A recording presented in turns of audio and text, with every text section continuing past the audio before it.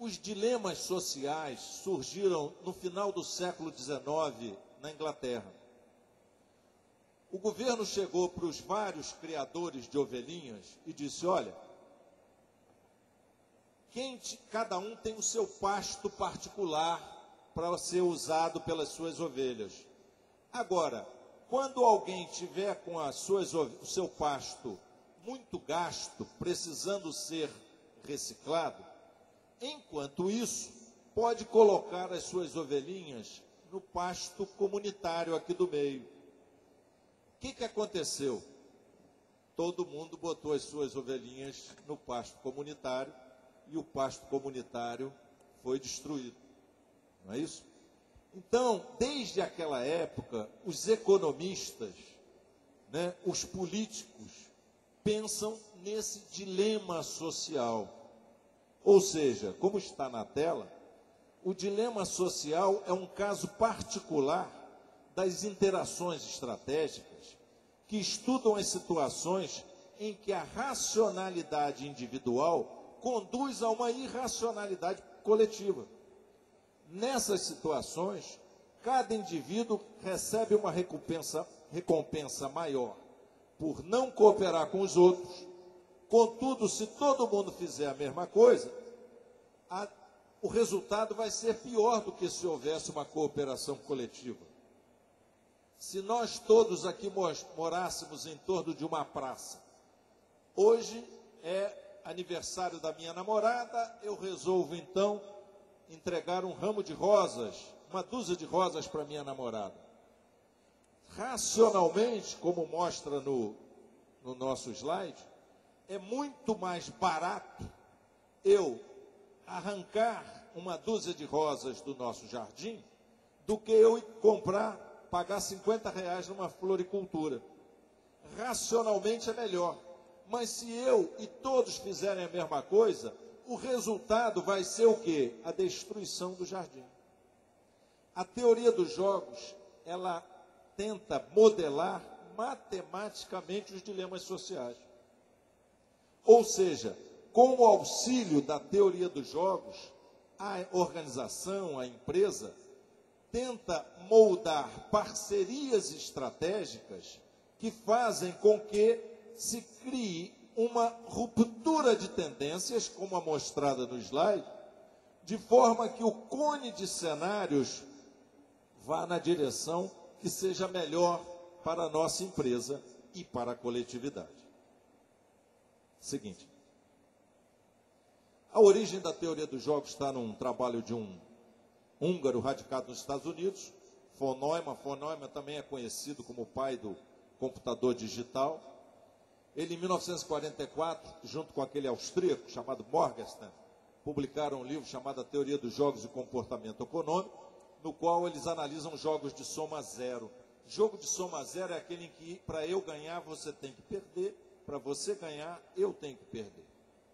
Mas foi o nosso amigo John Nash, que a partir de 1950, com aqueles amigos, desenvolveram as ferramentas teóricas que permitem analisar uma maior variedade de modelos de interação estratégica.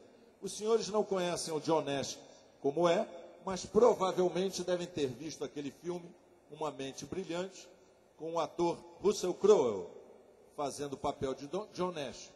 Aquele filme, na seguinte, por favor. Aquele filme deveria ser passado e explicado em toda a escola primária do Brasil. Aquela cena em que ele, com os amigos, estão num bar perto da Universidade de Princeton, entram 4 moças muito bonitas, sendo uma loura mais bonita ainda, e todos vão ser no futuro Prêmio Nobel, e todos eles então dizem: ô John Nash, vamos lá, cada um por si, Deus por todos, como diz o Adam Smith, o pai da economia moderna, o laissez-faire. Só que o nosso amigo John Nash diz: espera aí, se todo mundo quisesse dar bem sozinho, ninguém vai namorar com a loura bonita. Ela vai esnobar todo mundo, as outras não vão querer ser segunda opção.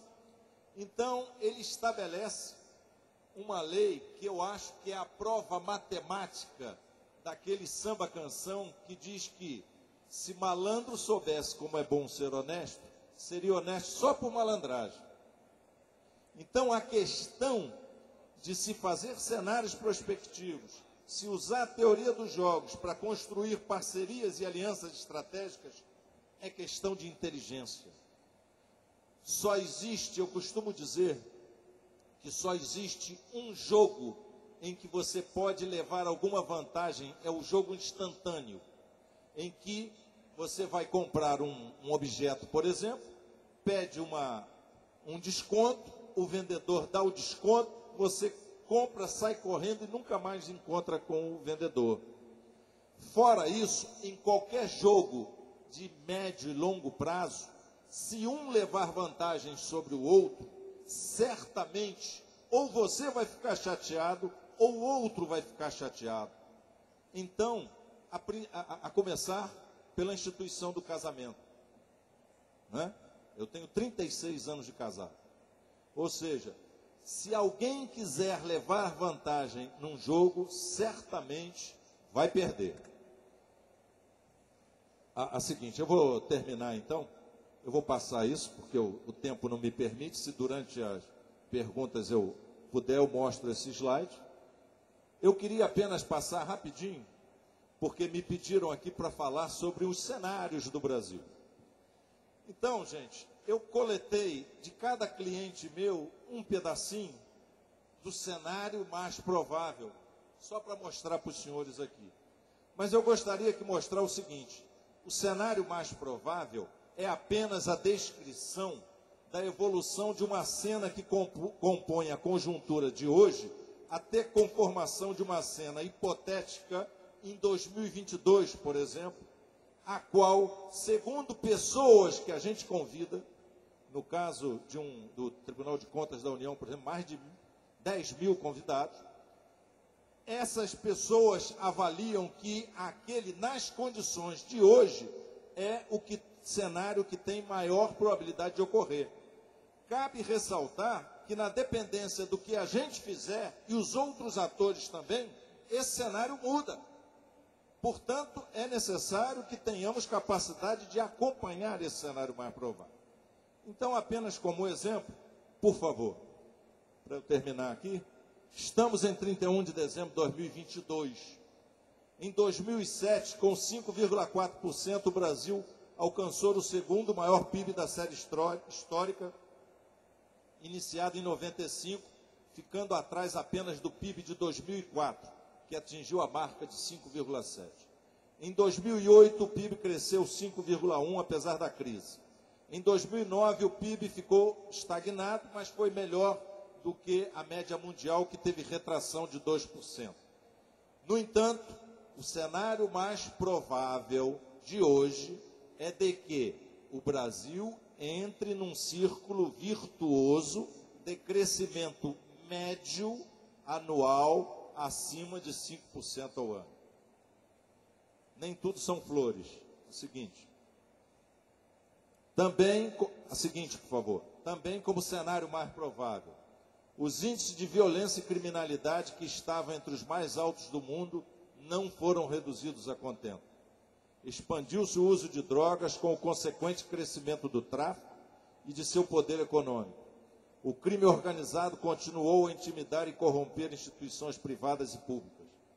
Regiões metropolitanas continuaram a ser afetadas pela criminalidade. Empresas se afastaram dos grandes centros por falta de segurança, diminuindo a arrecadação tributária local e contribuindo para que fossem ampliadas as demandas sociais, especialmente nas áreas de baixa renda.